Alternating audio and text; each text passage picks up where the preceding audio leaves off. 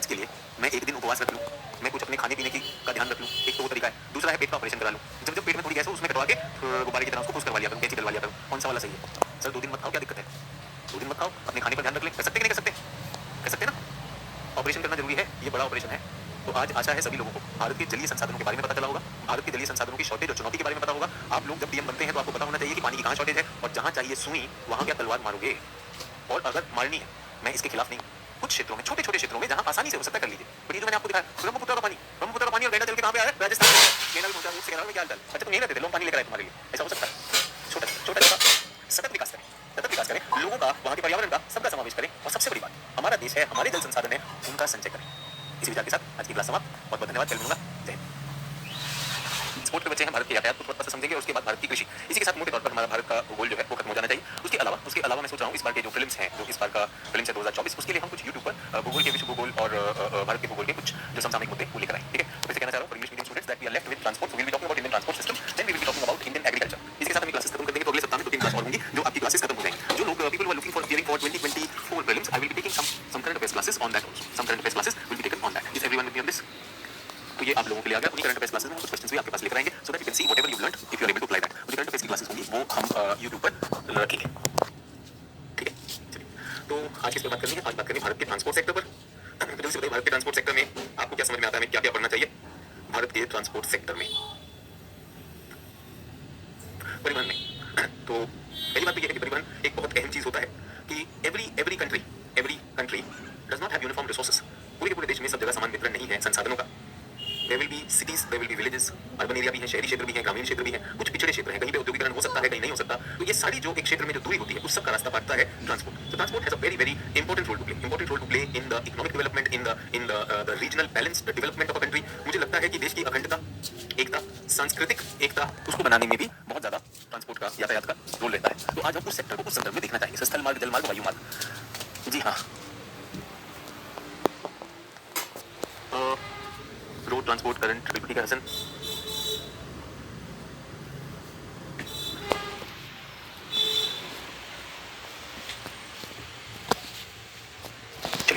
तो let us start with transport sector. Transport और परिवहन क्षेत्र दोनों लिख रहा हूँ। Significance,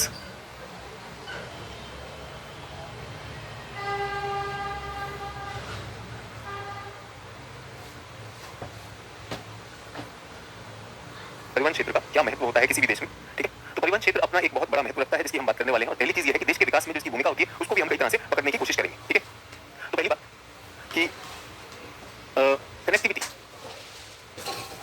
of regions. ठीक है, विभिन्न क्षेत्रों को जोड़ता है, इसके क्या लाभ हो सकते हैं हम उनकी बात करेंगे। यार बड़ी मोटे के सवाल आ रहे हैं, अभी 2024 का प्रीलिम्स है, तो 2024 का प्रीलिम्स के लिए करंट अफेयर्स आएंगे, तो पूर्णिमा पूछे 2025 वाले करंट अफेयर्स के लिए क्या करें? तो मजाक बंद करें बेटा, क्लासेस करें। ठीक है, इस पे समय नहीं व्यर्थ करेंगे। जब 24 वालों को हम एजीएस जब उनके लिए क्लासेस लेगा तो 25 वालों के लिए नहीं लेगा। तो मूर्ख वाले सवाल अगर पूछेंगे तो बच्चों का भी समय व्यर्थ होगा, सब कुछ होगा। कनेक्टिविटी ऑफ रीजन्स, अब इसमें क्या होता है? रीजन्स अर्बन को रूरल से कनेक्ट करेंगे, बैकवर्ड एरिया को, जो बैकवर्ड, जो पिछड़े हुए हैं, उन्हें फॉरवर्ड इंडस्ट्रियल एरिया से कनेक्ट कर सकते हैं। ठीक है, रिसोर्स डेफिसिट को रिसोर्स एक्सेस से कनेक्ट कर सकते हैं। तो पहली चीज तो ये कि व्हाट इज द यूज। सो शहरी, ग्रामीण, पिछड़े और औद्योगिक। शहरी क्षेत्र, ग्रामीण क्षेत्र, पिछड़े क्षेत्र, औद्योगिक क्षेत्र, इनमें जोड़ अगर हो जाएगा तो बहुत सारी चीजें आगे बढ़ती रह सकती हैं। संसाधन विहीन क्षेत्रों को संसाधन युक्त क्षेत्रों से जोड़ते हैं। अगर हम संसाधन विहीन क्षेत्रों को संसाधन युक्त क्षेत्रों से जोड़ेंगे तो उसके क्या लाभ होंगे? तो इसमें बहुत सारे आर्थिक विकास होगा, मुझे लगता है निश्चित रूप से आर्थिक विकास, औद्योगिक विकास, और मुझे तो ये भी लगता है सामाजिक विकास भी यहां से होगा।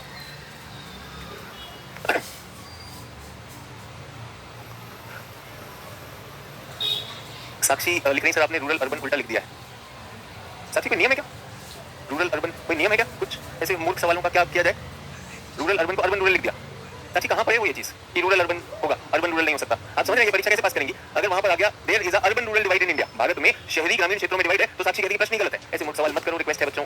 ठीक है, कि सर उसको आपने उल्टा लिख दिया तो इसका मतलब ये हो नहीं सकता, बेकार में सारे शिक्षक प्रयास कर रहे हैं, इकोनॉमिक्स के शिक्षक भी पढ़ा देंगे, मैं भी पढ़ा दूंगा, सबकी मेहनत पे पानी मत फेरा करो ये सब बोलकर। तो अर्बन रूरल ये वो है जो नोट छापते हैं, बस छाप के रख के बैठी हुई है। अरे उसने तो रूरल अर्बन बताया था, अर्बन रूरल कह रहा, ये तो गलत हो गया, तो मत करिए प्लीज। तो आर्थिक, औद्योगिक, सामाजिक विकास हो रहा है, economic development is happening, economic, industrial and social. मुझे ये भी लगता है कि जब हम कनेक्ट्स रीजन्स, बहुत सारे रॉ मटेरियल टू इंडस्ट्रीज, तो कच्चे माल की जहां तक मांग है, कच्चे माल को उद्योग तक पहुंचाता है, उसके बाद उद्योगों का उत्पाद प्रोडक्ट को मार्केट में पहुंचाता है, उद्योग का जो उत्पाद है उसको बाजार में पहुंचाता है। तो क्या एक आर्थिक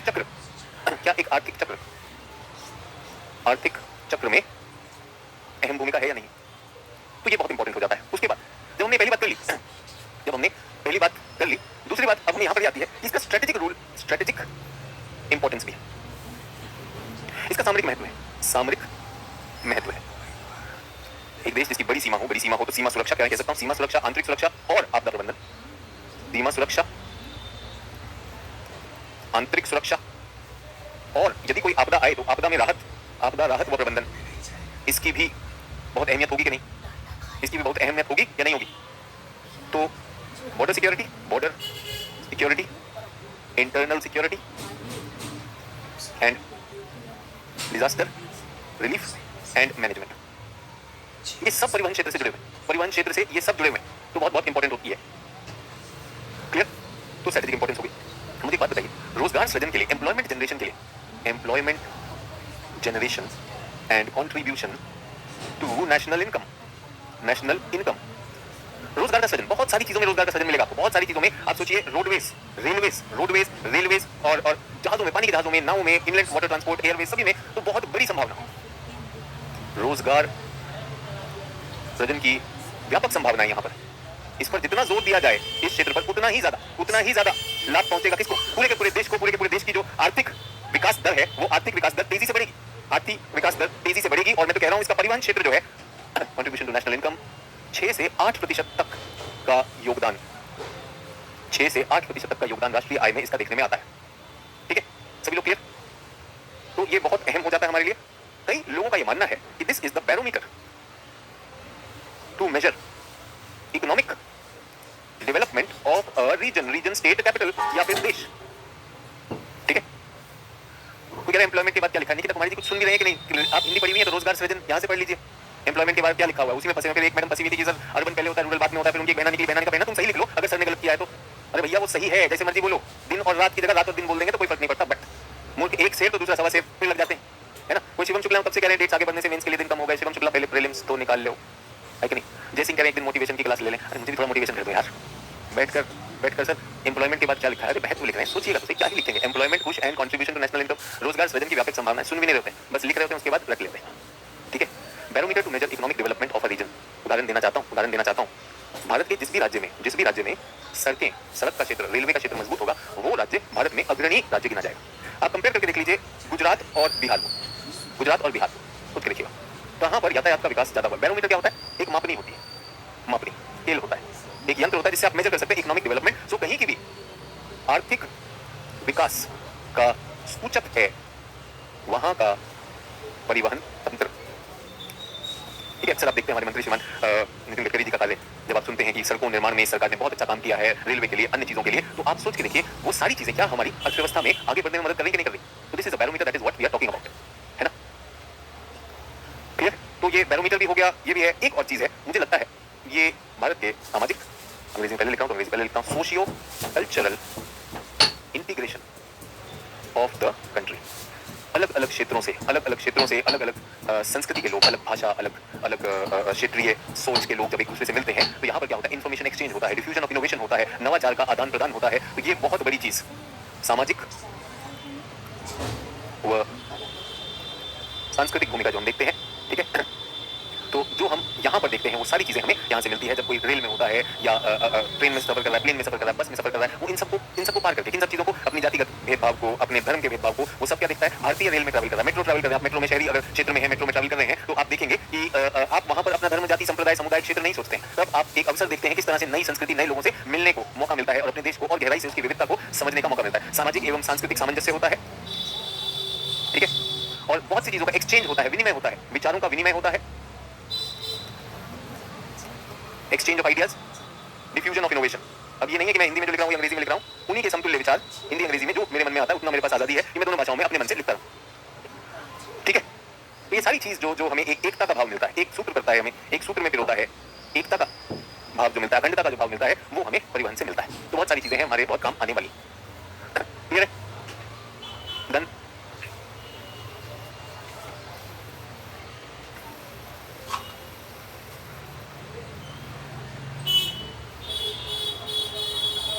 चलिए अब एक और चीज देखना चाहते हैं, यातायात के साधन क्या है।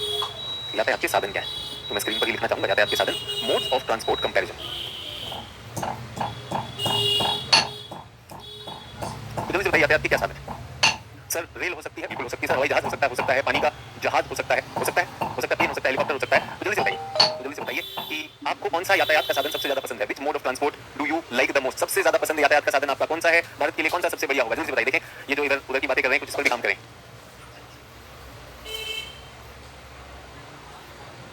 सर इसने संघीय व्यवस्था में बहुत बड़ी भूमिका प्ले की है। बिल्कुल ठीक है सर, राष्ट्रवाद को भी बढ़ावा दिया है। चलिए अच्छी बात है, ये सारी चीजें।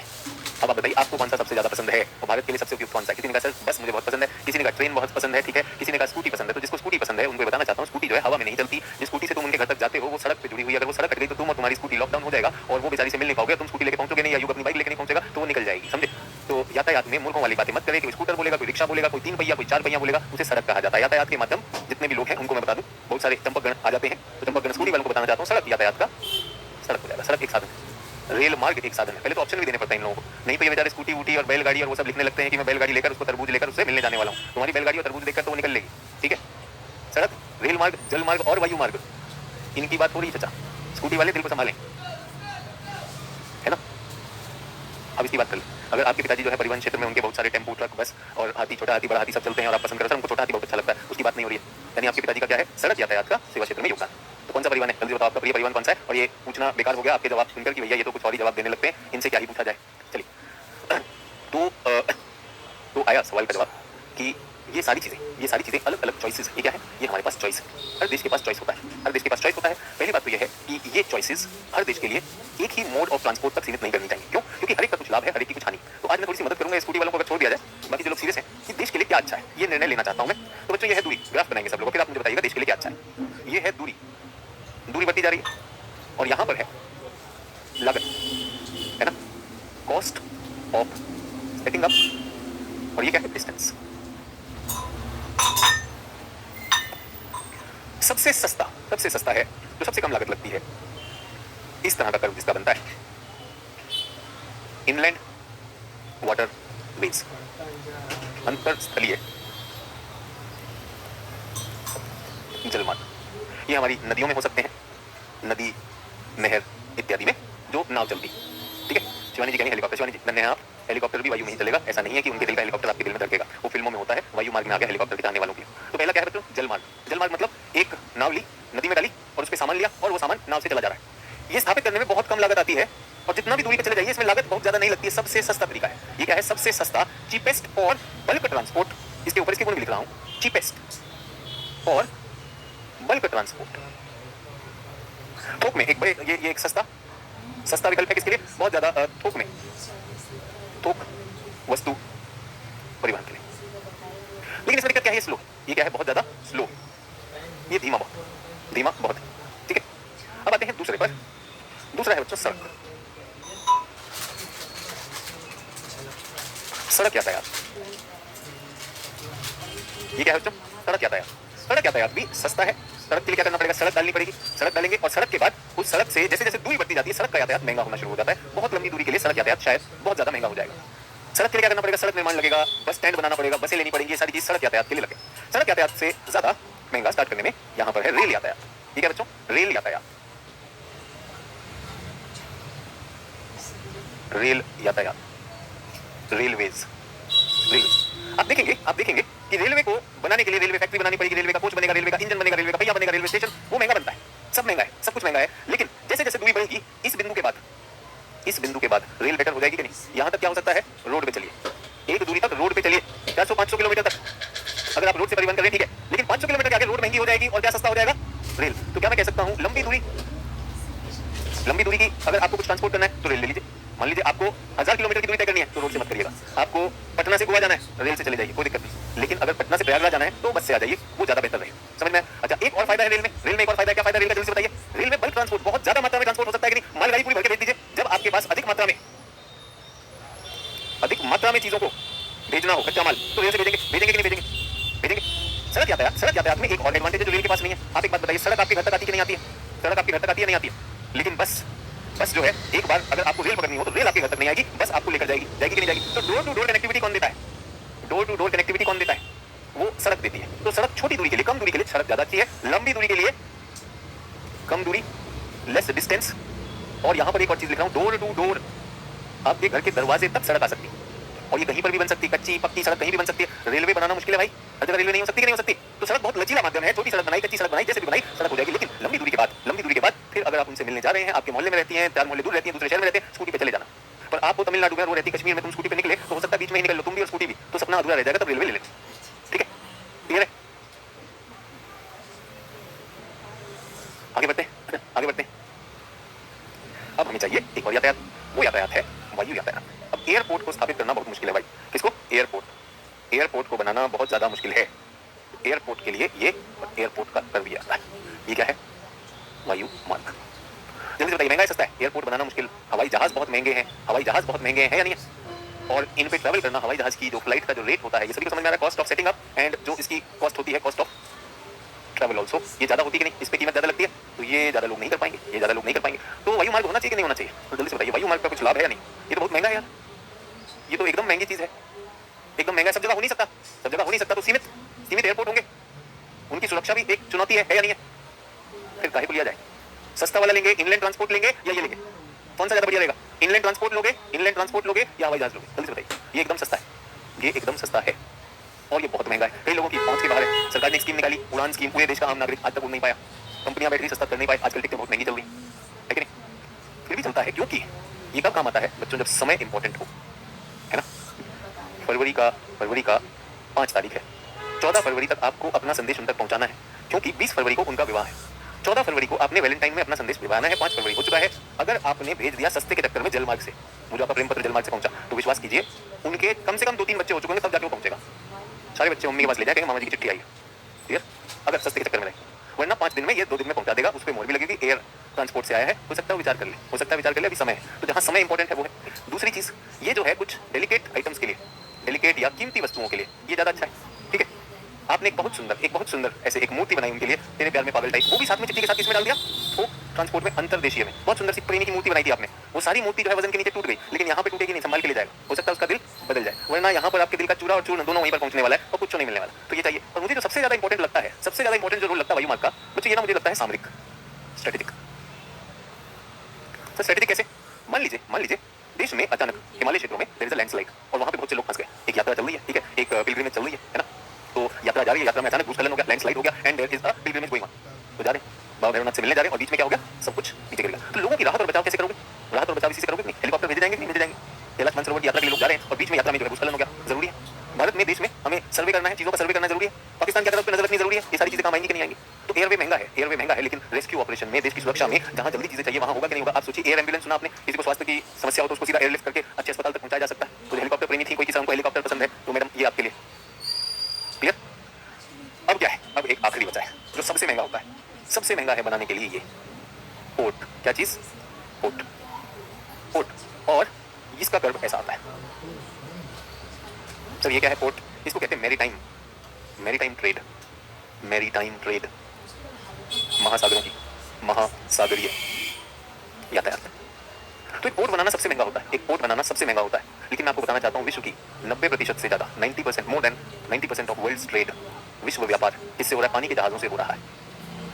इसको स्थापना बहुत महंगी है, लेकिन जैसे जैसे दूरी बढ़ती जाती है, ये रेलवे सड़क से सस्ता हो जाएगा, फिर ये रेलवे से सस्ता हो जाएगा जितना दूरी। तो अगर आपको इंटरनेशनल व्यापार करना है, इंटरनेशनल ट्रेड करना है, तो इंटरनेशनल ट्रेड के लिए बेस्ट कौन सा है? इंटरनेशनल। और सुदूर सबसे ज्यादा दूरी के लिए, ग्लोबल ट्रेड के लिए मैरीटाइम, ठीक है? क्लियर? तो ये मैंने इतनी देर क्यों लगाई, ये सब आपके लिए क्यों बनाया है बच्चों? पहली चीज ये कि आपका कोई भी फेवरेट होने दो, उसका कोई कारण होना चाहिए। अगर आपको रेत बालू ट्रांसपोर्ट करना है तो रेत बालू सस्ता है, इसको इससे भेजो। अगर आपको अनाज धान कुछ करना है, वहाँ पे नदी आती है, बिल्कुल इससे भेजो, बहुत बढ़िया रहेगा, ठीक है? लेकिन अगर आपको, और नाव जो आपके घर तक आए कोई जरूरी नहीं, अगर आपको फ्लेक्सिबल तरीका चाहिए, सस्ता तरीका चाहिए, सब मौसम में आपके पास हो, तो वो सड़क काम करेगी। लेकिन थोड़ा दूर जाएंगे तो सड़क फिर महंगी होने लगेगी। सड़क को बनाए रखना, आप देखेंगे बरसात में सड़कें टूट जाती हैं, तो उसकी जगह क्या आ जाएगी, फिर रेल आ जाएगी। रेल यातायात में आप बहुत सारी चीजें बल्क में ट्रांसपोर्ट कर सकते हैं लंबी दूरी तक। और उसके बाद आप वायुयान, स्पेशल है वायु मार्ग, एरोप्लेन हो गए, हेलीकॉप्टर हो गए, ये सब इसमें आ गए। और उसके बाद अगर आपको इंटरनेशनल जाना है तो पोर्ट में जाना है। सर जलमार्ग में भी तो पोर्ट आ सकता है। अतुल जैसे बच्चे ऐसा ही काम करेंगे, इसलिए मैंने यहाँ पर लिख के दिया था इनलैंड वाटरवे, ठीक है। और रही बात पोर्ट, इनलैंड वाटरवे का पोर्ट छोटा सा होता है। पोर्ट तो आजकल ड्राई पोर्ट भी होता है। अगर आपको मैं बता दूं तो आपको समुद्र में जाने की जरूरत नहीं, जहाँ कंटेनर डिपो होता है उसको ड्राई पोर्ट कहा जाता है। तो अज्ञान की पराकाष्ठा ना करें, आप ये समझिए ये समुद्र के अंतरराष्ट्रीय पोर्ट है। और ये क्या है, नदी पर छोटी सी एक पोर्ट बनते हैं, बिल्कुल हो सकते हैं। हम पोर्ट की बात नहीं करें, इसका नाम क्या है, मैरीटाइम सेक्टर। ये मैरीटाइम है और ये आंतरिक है, अंतरस्थलीय आंतरिक जलमार्ग, ठीक है। सोनू कह रहा है मैरीटाइम तो टाइम कंज्यूमिंग भी है। हाँ भैया, आपको यहाँ से कहाँ पे भेजना है, यूएसए भेजना है, तो बहुत सारी चीजें बल्क में जाएंगी कि नहीं जाएंगी, बल्क में जाएंगी, तो आया ना। तो ये आपके यातायात के साथ है। सर रोपवे के बारे में भी बता दीजिए, जितेंद्र यादव ये बता रहे हैं। तो आप लोगों ने कभी ऐसे रोपवे देखा, पहाड़ों के बीच में जो है रोपवे लग जाता है, तो पहाड़ों के बीच में जो है एक स्टील की एक रस्सी होती है, उस पर एक जो है ट्रॉली चलती है, देखा आपने, कभी देखा है, नहीं देखा? तो क्या वो दूर के लिए यूज हो सकता है, दूर दराज के क्षेत्रों के लिए हो सकता है, पहाड़ी लोगों में, पर्वतीय क्षेत्रों में होता है। अभी आपने देखा होगा वो ट्रॉली में कुछ लोग फंस भी गए थे, उनमें एक नेता भी फंसा हुआ था। तो ये बहुत सीमित चीजों की होती है, बहुत सीमित होती है। जब आपको बड़ी बड़ी बात हो रही है तो जो चमत्कार को नमस्कार वाले बच्चे हैं उनको एकदम यही दिखाई देता है, तो पहले इन पर ध्यान दें, ये समझ लीजिएगा तो आगे बढ़ जाएंगे। तो भारत सरकार ने इस बार कुछ रोपवे भी विकसित करने की सोची है। कहां पर होगा, हिमालयी क्षेत्रों में होगा, वो भी सीमित है। ऐसा नहीं है कि हर घर से सुबह निकले रोपवे पे पहुंच गए, ऐसा होगा नहीं, ठीक है। हाँ जी सर, गैंगटॉक में देखा है, कश्मीर जाइएगा वहां देखिएगा, कई जगहों पर आपको रोपवे मिल जाएगा, लेकिन अभी रोपवे पर इतना विकास हुआ नहीं है। रोपवे बहुत सीमित होता है। रोपवे क्या होता है, सीमित होता है। अरुण शर्मा जो है ये एनआरआई है, ये पूछ रहे इनलैंड वाटरवे कहां पर होता है इंडिया में। अरुण शर्मा आप समझ रहे हैं, कोई बताएगा भारत में कहीं जलमार्ग है, कोई बताएगा इन्हें? जब हम आपको गंगा पढ़ा रहे थे तो हमने आपको जलमार्ग के बारे में बताया था, गंगा में इलाहाबाद से हल्दिया तक, प्रयागराज से हल्दिया तक, कि वहाँ पे नाव चल सकती है। बहुत सारे एनआरआई बैठते हैं क्लास में, आईएएस की तैयारी करते हैं, ठीक है। तो ये भी चलता है। हम अमृत कुमार भगत जो हैं ये एसएससी की तैयारी कर रहे हैं। सर भारत में 19 रेलवे जोन है, 3 वाटरवे हैं, एयरवे बता दीजिए। तो किसने कहा आपको भारत में 3 वाटरवे हैं? भगत जी किसने कहा? जिसने कहा फिर वो कर लीजिए, जिसने कहा वो कर लीजिए। मूर्खता देखिएगा, सवाल के पीछे जो भी है उसकी मूर्खता भी दिखाऊंगा।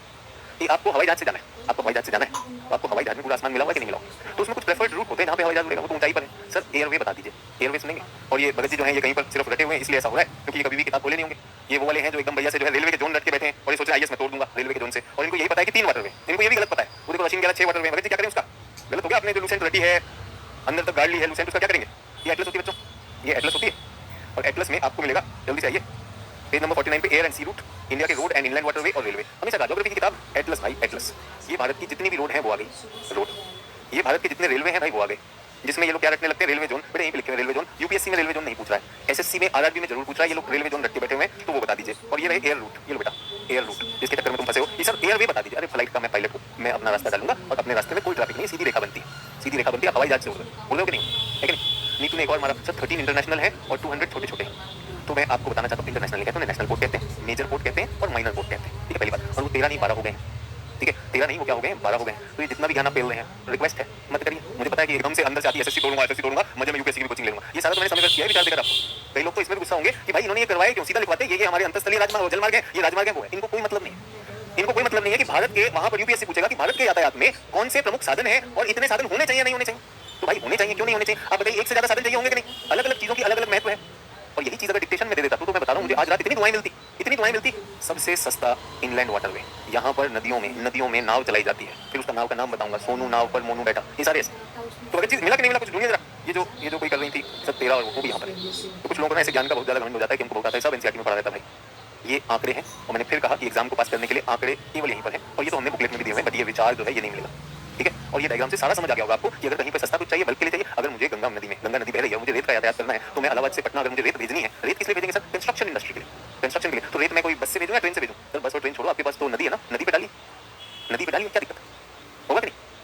चलिए, तो ये आपके लिए विचार आया। फिर किसी छात्र ने ऐसे पूछा था, आप बताइए मुझे सर भारत के लिए सबसे ज्यादा सस्टेनेबल कौन सा है? जो शब्द ऐसे भारी वाला सीखा हुआ है, सस्टेनेबल, जल्दी बताइए भारत के लिए सबसे ज्यादा सस्टेनेबल कौन सा है?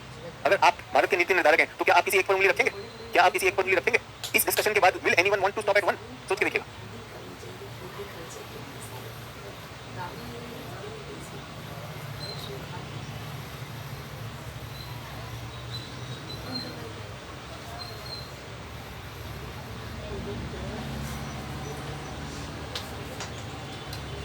अभी भी कोई वाटरवे कह रहा है, और बबलू कुमार यादव कह रहे हैं डायग्राम से समझ नहीं आया। तो भाई जिसको डायग्राम से समझ में आया वो आ लिखो, जिसको डायग्राम से सब समझ में आ गया, इनकी तुलना भी हो गई, तुलनात्मक आकलन भी होगा, वो आ लिखो। भाई विषय है ना, मुझे तो पढ़ाना है कि तुलनात्मक आकलन होना है। जिनको तुलना समझ में आ गई वो वहां लिख दो, और जिनको नहीं आया यार डायग्राम से कैसे होगा, जब तक अनुच्छेद में नहीं लिखवाएंगे वो आ लिखो। आपके सामने यहाँ पर आ वाले भी कोई टेंशन नहीं। मुझे तो पता चल जाएगा एक अच्छे समझदार वर्ग को समझ में आ गया, अच्छे समझदार वर्ग को समझ में आ गया। अब जो कह रहा है उसको कुछ समझ नहीं आया, हो सकता है वो आज ही आया, हो सकता है आज ही आया, हो सकता है वो 8वीं क्लास में हो सकता है यूपीएससी दे दी। एक ही जगह पर अगर आपसे कोई विचार मांगे तो आप यातायात की बात कर सकते हैं कि भारत को क्यों अलग अलग यातायात चाहिए और सिर्फ भारत को नहीं बाकी देश को भी चाहिए। तो बेटा वो तो आपने लिख दिया, मुझे समझ नहीं आया। अब आपसे रिक्वेस्ट है कि क्लास दोबारा देखें, समझ में आएगा। ठीक है, आगे बढ़ते हैं। ये इरेज होने वाला क्योंकि ये जो मैं इस पर लिखता हूँ पावर पॉइंट वाला, ये इरेज हो जाता है। बना लिया सभी लोगों ने, सभी लोगों ने? ठीक है, अभी भी कुछ लोग कह रहे हैं सर रोडवेज मस्त रहेगा, इनको समझ में नहीं आया, ये भी क्लियर है मुझे कि यार ये सारी चीजें चाहिए अपनी जरूरत के हिसाब से लेंगे, अपनी जरूरत के हिसाब से लेंगे, है ना। तो आप एक बात बताइए कि प्रीलिम्स और मेंस, प्रीलिम्स और मेंस की मांग अलग है, प्रीलिम्स और मेंस की मांग अलग है। तो क्या हम केवल प्रीलिम्स की तैयारी करें, केवल मेंस की करें? सर प्रीलिम्स की भी करें, मेंस की भी करें, इंटरव्यू की भी करें। तो भारत को किसके लिए तैयार रहना होगा? भारत को लंबी दूरी के लिए सस्ता, इंटरनेशनल बल्क के लिए सस्ता, भारत को तेजी से सामरिक रूप से महंगा, भारत को हर घर तक सेवा पहुंचाने वाली सड़क भी चाहिए और रेल भी चाहिए, भारत को सभी चाहिए। और भारत तो ये भी कह रहा है कि जो पर्वतीय क्षेत्र है वहां पर हम जो है रस्सी पर रोप वे भी करेंगे, करेंगे कि नहीं करेंगे। तो ये चलता रहेगा, ये लोग इसी तरह के खेल में रहेंगे। ये सारी चीजें आपको बता दी गई हैं, अब हम क्षेत्रों को एक एक करके अब इन्हें तोड़ तोड़ के देखना शुरू करेंगे। तो पहला क्या है, सड़क परिवहन, रोडवेज। सड़क परिवहन की बात हो रही, रोडवेज की बात हो रही, तो ये हमारे पास क्या है, रोडवेज की जब हम बात करते हैं संकल्पना, तो हमारे पास एक बहुत ही इंपॉर्टेंट स्रोत है, क्या मैं कह सकता हूँ, ये एक लचीला व्यापक और कम लागत वाला विकल्प है। आपको बेटा जिसको ग्राफ से समझ में आता है, कोई टेंशन, पैसा वसूल होता है, फ्लेक्सिबल, व्यापक जो है, जो कई जगह पर मिले। सो व्यापक को हम क्या कहेंगे, व्यापक को हिंदी में यूनिवर्सल, लो इन्वेस्टमेंट ट्रांसपोर्ट ऑप्शन, ट्रांसपोर्ट का ऑप्शन। ठीक है, और मैं आपको ये बताना चाहता हूं कि ये जो हमारे ट्रांसपोर्ट का, भारत के इंडियन ट्रांसपोर्ट मेन कंपोनेंट, प्रमुख कंपोनेंट ये सब जगह पर है, मेन कंपोनेंट यही है। ठीक है, इसको अगर हम बात करते हैं तो भारत जो है second largest road network in world, second largest road network in world. सबसे बड़ा रोड नेटवर्क किस देश के पास है, सबसे बड़ा रोड नेटवर्क किस देश के पास है, USA, United states of America का फर्स्ट। तो हमारे पास ये बहुत ज्यादा इंपॉर्टेंट हो जाता है, ठीक है। उसके बाद ये हमने कहा ये हमारा मेन कंपोनेंट है, तो ये हमारा मुख्य तरीका है। खासकर आप देखेंगे ग्रामीण क्षेत्रों में, तो ग्रामीण क्षेत्रों में तो सड़कें, कच्ची सड़कें हैं। तो यूएस के बाद फिर हम सेकंड नंबर पे आते हैं, ठीक है। और मैं आपको बताना चाहता हूँ कि रोड डेंसिटी, सड़क की तो लंबाई, लार्जेस्ट रोड नेटवर्क, सड़क लंबाई की दृष्टि से भारत दूसरा सबसे बड़ा है विश्व में। और सड़क घनत्व के India has the highest, first rank, ठीक है, 1.5 किलोमीटर प्रति किलोमीटर स्क्वायर। अगर एक वर्ग स्क्वायर किलोमीटर का अगर क्षेत्र है तो उसमें भारत में 1.5 किलोमीटर की सड़क है। क्लियर हो गया, डन। अब इसमें बताना चाहता हूं इंडिया के बाद यूएस आता है, यूएस के बाद चाइना आता है, चाइना में 0.67 है, तो सॉरी यूएस में 0.67 है और इसमें 0.4 है, इंडिया में 1.5। तो ये दिखाता है कि हम सड़कों पर कितना महत्व देते हैं। हमारी प्राथमिक सोच यातायात के ऊपर जो सबसे पहले आती है वो यही आती है। अब हम सड़कों की बात करते हैं। रिंची का कहना है भारत में ग्रामीण सड़कें पक्की हैं, मैं इससे सहमत नहीं हूँ। भारत के कुछ ग्रामीण क्षेत्रों में पक्की सड़क हो सकती है, लेकिन ग्रामीण क्षेत्रों में अभी भी बहुत जगह पर कच्ची सड़क है। और आप लोग अगर मेरी बात नहीं मानते तो मैं आंकड़े देता हूँ तो आपको बहुत कुछ समझ में आएगा। तो classification of roads in India, पहले इसको समझ लेते हैं। Classification of roads in India, सड़क मार्ग का वर्गीकरण। थोड़ा सा आज आपको सड़कों के बारे में, रेलवे के बारे में, ये सारी चीजें पता चलेंगी, ठीक है। हाँ सर, मेरे गांव में भी कच्ची सड़क है, लेकिन कुछ लोग ऐसे हैं जो कहते हैं कि भारत में सारे गांव में पक्की सड़क है। ऐसा ना हो पाएगा। आप एनआरआई हैं, आपको कुछ अलग ही चीजें पता है, बट फिर भी एनआरआई के लिए मैं बताना चाहता हूँ। 1943 में प्री इंडिपेंडेंस में भारत ने एक 20 साल का Nagpur plan of roadways, Nagpur plan 20 साल के लिए भारत ने बनाया। तो ये इंडियन नेशनल कांग्रेस आजादी से पहले हम चाहते थे कि हमारे पास सड़कें हो, तो सड़कों का हमने प्लान बनाया। अब एक बात बताइए सभी लोग, सोच के बताइएगा, ये मैं क्यों बोल रहा हूँ गांव की सड़क की बात कर रहा हूँ। सड़क बनाने में पैसा लगेगा कि नहीं लगेगा? सभी लोग ध्यान दीजिएगा, सड़क बनाने में पैसा लगेगा। पैसा इंडिया आजाद हुआ है 1947 में, क्या इंडिया के पास बहुत सारा धन था? नहीं, इंडिया के पास बहुत सारा धन नहीं था। तो सड़क निर्माण भी तो सीमित ही होगा कि नहीं होगा? तो सड़कों को इसलिए वर्गीकरण किया गया। पहला क्या किया गया? 1 नेशनल हाईवे, दूसरा स्टेट हाईवे, तीसरा डिस्ट्रिक्ट रोड्स, और चौथा विलेज रोड्स। चलिए तो आसान। अब मैं आपको कुछ चीजें बताना चाहता हूँ। इसको कहते हैं राष्ट्रीय राजमार्ग। ये कौन, जल्दी से बताइए, ये कैसे इसमें, और ये राष्ट्रीय और राज्य के जो राज्य स्तरीय राजमार्ग हैं, इनमें अंतर कैसे होता है? तो मैं राष्ट्रीय स्तर के राजमार्ग के बारे में बताना चाहता हूँ। ये केंद्र सरकार के पास होते हैं, सेंट्रल गवर्नमेंट इनके बनाने में काम करती है, सेंट्रल गवर्नमेंट, ठीक है। इनको विकास के लिए कौन है? इनके लिए अथॉरिटीज है, CPWD, central public work department. Union government इनको चलाती है, CPWD। आपने एक और सुना होगा, national highway authority of India limited, national highway authority of India. तो केंद्र सरकार के उपक्रम, सेंट्रल गवर्नमेंट के उपक्रम ये कराते हैं। कौन इनका ध्यान रखेगा? सीपीडब्ल्यूडी ने बनाएगी और national highway authority of India. और एक और चीज है, सेंट्रल गवर्नमेंट ने देखा यार बॉर्डर पे सड़क बनाना बड़ा मुश्किल है, तो उसके लिए एक विशेष संस्था है BRO, बॉर्डर रोड ऑर्गेनाइजेशन। तो राष्ट्रीय राजमार्ग के लिए कौन संस्थाएं आ गई? केंद्र सरकार की संस्थाएं आ गई, सेंट्रल गवर्नमेंट इसमें है। और ये क्या करता है? CPWD, NHAI और BRO, बॉर्डर रोड ऑर्गेनाइजेशन। जब कभी आप सीमांत क्षेत्रों में जाएंगे, ठीक है, जम्मू कश्मीर की तरफ जाइएगा, उत्तराखंड में बॉर्डर की तरफ चले जाइएगा, सिक्किम की तरफ आइएगा, आपको BRO की सड़कें मिलेंगी, ठीक है। तो ये CPWD, national highway authority of India और बॉर्डर रोड ऑर्गेनाइजेशन ये काम करते हैं। पहला अंतर तो ये हो गया। दूसरा अंतर जो हमेशा आपको याद आएगा कि सड़कें क्या करती हैं? ये देश की राजधानी को जोड़ती हैं। ये हाईवे कहां को आ रहे हैं? देश की राजधानी। अलग अलग राज्यों से जो देश की राजधानी को जोड़े वो नेशनल हाईवे। नेशनल हाईवे किसको जोड़ता है? देश की राजधानी को। उसके साथ प्रमुख औद्योगिक केंद्र, प्रमुख नगर व प्रमुख सांस्कृतिक केंद्रों को देश की राजधानी से जोड़ता है। इंडिया में जितने भी बड़े शहर हैं, इंडिया में जितने भी औद्योगिक शहर हैं, इंपॉर्टेंट सोशो कल्चरल शहर हैं, उनको देश की राजधानी से कौन जोड़ेगा? नेशनल हाईवे जोड़ेंगे। कब बात हुई थी? ये 1943 में डिसाइड हुआ कि इंडिया जो है पहले ये वाले हाईवे बनाएगा। इंपॉर्टेंट है कि नहीं? जो देश की राजधानी को जोड़ेंगे वो चौड़े होंगे, उनमें कई लेन होंगी। ये हमारी पहली प्राथमिकता, ठीक है। ये क्या करते हैं? ये अलग अलग राज्यों से आते हैं, केंद्र की तरफ लेकर आते हैं देश की राजधानी, और ये स्टेट की कैपिटल्स को देश की राजधानी से जोड़ते हैं। क्या मैं कह सकता हूं स्टेट कैपिटल को देश की राजधानी? एक और चीज लिख देता हूं, स्टेट कैपिटल्स राज्यों की राजधानी को किससे जोड़ते हैं? National capital. अब आते हैं राज्य के राजमार्ग। ये देश की राजधानी नहीं, राज्य की राजधानी को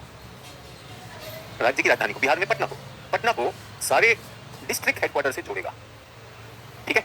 राज्य की राजधानी को किससे जोड़ेगा? जिला मुख्यालयों से, जितने भी जिला मुख्यालय हैं, डिस्ट्रिक्ट हेडक्वार्टर से जोड़ेगा।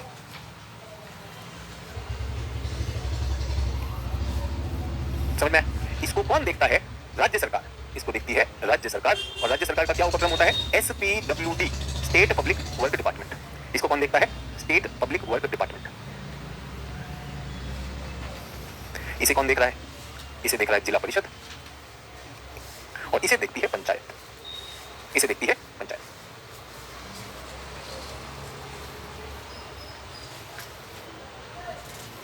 क्लियर हो गया? इसके लिए कौन देख रहा है? इसमें पंचायत की मदद करता है केंद्र सरकार। केंद्र सरकार के अनुदान मिलते हैं, ग्रांट्स बाय सेंट्रल गवर्नमेंट। आपने एक स्कीम सुनी होगी, प्रधानमंत्री ग्रामीण सड़क योजना। सुनिए, प्रधानमंत्री ग्रामीण सड़क योजना। तो केंद्र सरकार के अनुदान आएंगे, किसके पास आएगी? पंचायत के पास आएंगे। यहाँ राज्य सरकार नहीं आती, लेकिन ये अनुदान के रूप में आते। वहां तो एक्सपर्ट भी है, CPWD, national highway authority of India, border road organisation. सभी लोगों को क्लियर हो गया? पहली चीज तो ये समझना कि हमारे यहाँ वर्गीकरण क्यों किए गए। तो ये कब की बात है? बच्चों? ये तब बात हो रही थी। अब आप देखेंगे, अब जब हम आजाद हो गए हैं और बहुत समय बाद हमने इसमें क्या जोड़ा है? एक्सप्रेस वे जोड़े। क्या जोड़े हैं बच्चों?